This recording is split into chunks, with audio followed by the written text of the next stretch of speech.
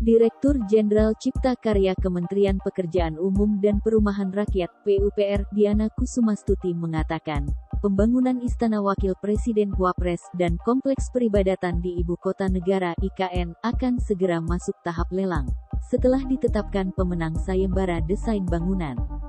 Diana Kusumastuti mengatakan, setelah kedua bangunan tersebut diutamakan, berikutnya adalah lelang pembangunan Kompleks Perkantoran Legislatif dan Kompleks Perkantoran Yudikatif. Lebih rinci, dia mengungkapkan, bahwa tahapan setelah ada pemenang sayembara adalah menyusun desain dasar.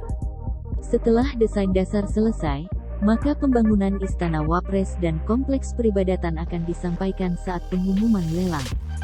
Kementerian Pekerjaan Umum dan Perumahan Rakyat (PUPR) memastikan Japan International Cooperation Agency (JICA) ikut berperan dalam pembangunan Ibu Kota Negara (IKN). Direktur Jenderal Cipta Karya Kementerian PUPR Diana Kusumastuti mengatakan, lembaga yang didirikan pemerintah Jepang itu akan menjadi konsultan proyek IKN. Lebih rinci, Diana mengungkapkan, peran JICA nantinya adalah sebagai pengawas untuk seluruh bangunan-bangunan di IKN, yang juga dikontrol oleh Kementerian PUPR. Di sisi lain untuk masalah drainase atau pengairan, pemerintah sudah menyusun konsepnya, baik itu di perkotaan dan kawasan. Diberitakan sebelumnya, Menteri PUPR Basuki Hadimuljono kembali melakukan pertemuan dengan Chief Representative JICA Takehiro Yasuo di kantor Kementerian PUPR, Rabu, tanggal 13 Juli tahun 2022.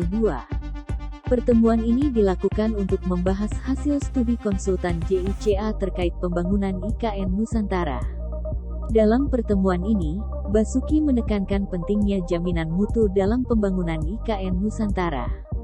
Dalam kesempatan ini, konsultan JICA memaparkan hasil studi mengenai 4 tantangan dalam menjamin mutu pembangunan IKN.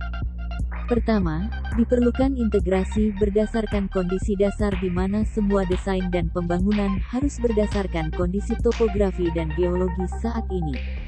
Kemudian, land grading dan semua rencana infrastruktur harus merujuk ke rencana drainase untuk mencegah bencana banjir.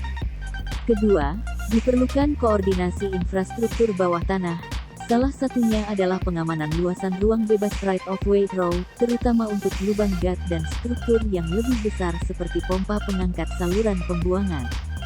Ketiga, perlu disiapkan ruang untuk menjamin aksesibilitas perluasan di masa depan, salah satunya adalah kebutuhan lahan untuk layanan transportasi umum seperti halte dan utilitas jalan seperti lampu dan CCTV. Dan keempat adalah jaminan mutu konstruksi. Terima kasih sudah nonton, jangan lupa like, subscribe, dan share ya!